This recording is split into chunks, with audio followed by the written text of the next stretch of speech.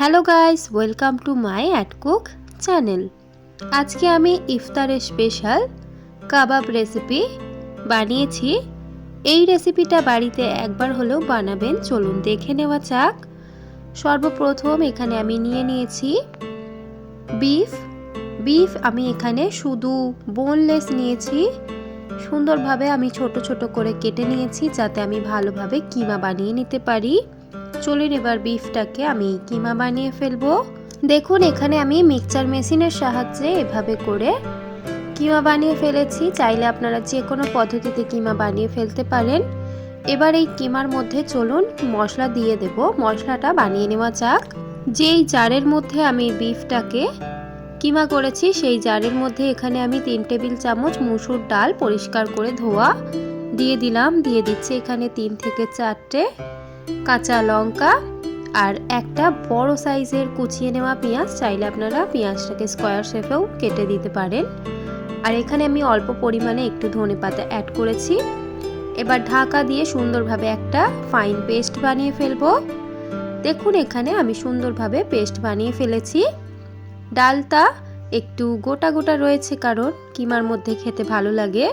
এবার এই কিমার মধ্যে চলুন আমি এই মশলাটা দিয়ে দিই।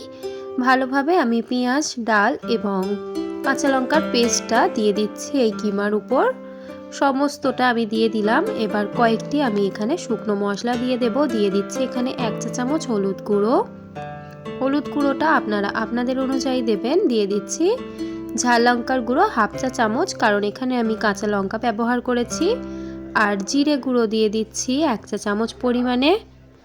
জিরে গুঁড়ো দেওয়া হয়ে গেলে এখানে আপনারা গরম মশলা ব্যবহার করতে পারেন। এখানে আমি দিয়ে দিচ্ছি ধনে গুঁড়ো 1/2 চা চামচ এবং স্বাদ পরিমাণে নুন। গরম মশলা দিয়ে দেওয়ার পর আপনারা কিন্তু এখানে চাট মশলা ব্যবহার করতে পারেন, আমি দিইনি। তারপর এখানে আমি আদা এবং রসুনের পেস্ট দিয়ে দিচ্ছি। স্বাদ পরিমাণে নুনটা অবশ্যই দিয়ে নেবেন। এবার দিয়ে দিচ্ছি এখানে আমি প্রায় অনেকটা পরিমাণে সর্ষের তেল, 4 টেবিল চামচ। সর্ষের তেলটা বেশি পরিমাণে দিয়েছি যাতে কিমার মধ্যে একটা সুন্দর গন্ধ আসে। এবার সমস্ত জিনিসটাকে আমি এবার হাত দিয়ে চটকে চটকে মাখিয়ে নেব। আর এর মধ্যে আমি চটকে নেওয়ার আগে এর মধ্যে আমি দিয়ে দিচ্ছি ধনেপাতা কুচি। ধনেপাতা কুচিটা আমি সব থেকে শেষে দিয়েছি। চাইলে আপনারা ধনেপাতা কুচি নাও ব্যবহার করতে পারেন। যদি আপনাদের কাছে অ্যাভেলেবেল হয় তাহলে অবশ্যই দেবেন। এবার সমস্তটা আমি হাত দিয়ে ভালোভাবে মেখে নিচ্ছি। হাত দিয়ে চটকে চটকে যতটা মাখাবেন ততটা সুন্দর কিন্তু এই মাংসের মধ্যে টেস্টটা যাবে। রমজানের মধ্যে এভাবে যদি ইফতারের সময় একটা কাবাব রেসিপি হয় খেতে অনেক সুন্দর লাগে। আর সমস্ত জিনিসগুলো ভালোভাবে চটকে মাখিয়ে নেওয়ার পরে অবশ্যই লাস্ট স্টেপে আপনারা অবশ্যই একটু স্বাদ পরিমাণে নুনটা দেখবেন যে নুনটা পারফেক্ট হয়েছে কিনা। এবার আমি যেহেতু কিমাটা ভালোভাবে আমি মশলাগুলোকে মাখিয়ে নিয়েছি, এবার আমি চলুন শেফ দিয়ে নিই। শেফ দেওয়ার জন্য আমি হাতে অয়েল ব্যবহার করিনি, জল দিয়ে করছি। এখানে আমি পানি নিয়ে নিলাম হাতের মধ্যে অল্প একটু। আর পানি নিলে কি হয়, আমাদের বিফটা হাতের মধ্যে কিন্তু চিপকায় না। গোল গোল করে গড়ে নেওয়ার পর এখানে আমি ফ্রাই করছি।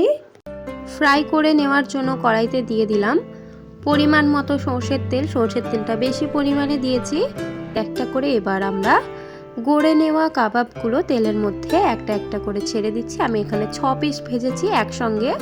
চাইলে আপনাদের কড়াইয়ের মধ্যে জটা ধরবে আপনারা তটা করে ভেজে নেবেন। এবার সুন্দরভাবে যেরকম গোল্ডেন ব্রাউন করে ভেজে নিতে হয় সমস্ত জিনিসটাকে ভেজে নেবেন, কিন্তু লো টু মিডিয়াম ফ্লেমে, না হলে কিন্তু ভিতরটা কাঁচা রয়ে যেতে পারে। সুন্দরভাবে বেশিরভাগ নাড়াচাড়া না করে, নাড়াচাড়া বেশি করলে কাবাব ভেঙে যাওয়ারও সম্ভাবনা থাকে। আলতো হাতে একটু সময় দিয়ে লো টু মিডিয়াম ফ্লেমে রেখে সুন্দরভাবে এবার ভেজে নেব। চলুন দেখুন 5 থেকে 6-7 মিনিট সুন্দরভাবে নাড়াচাড়া করে ভেজে নেওয়ার পর একটা সুন্দর কালার চলে এসেছে। যেহেতু আমি লো টু মিডিয়াম ফ্লেমে এটাকে সুন্দরভাবে আমি ভেজে নিয়েছি তাই একটু সময় বেশি লেগেছে, কিন্তু ভিতরটা পুরোপুরি সিদ্ধ হয়ে গেছে।